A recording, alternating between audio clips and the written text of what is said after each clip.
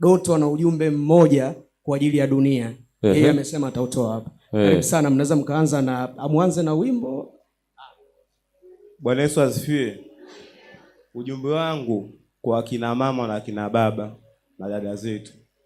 Nilikuwa naomba sana muwalee watoto wenu katika maadili ya kumpendeza Mwenyezi Mungu. Yaani maadili ya Kitanzania. Vigelegele kwa Yesu. Ili wasije kufikia sisi tulipo. Kwa sababu sisi tulipokuwa sisi huku hatutamani. Kwa sababu tukisema tuanze kusikiliza story ya kila mmoja mmoja, naamini hapa mzote mkatoa machozi. Kwa imani kwa jinsi mnavyojua mimi. Kwa nilikuwa naomba sana muwalee watoto wenu wasije kufika kwa sisi tulipo.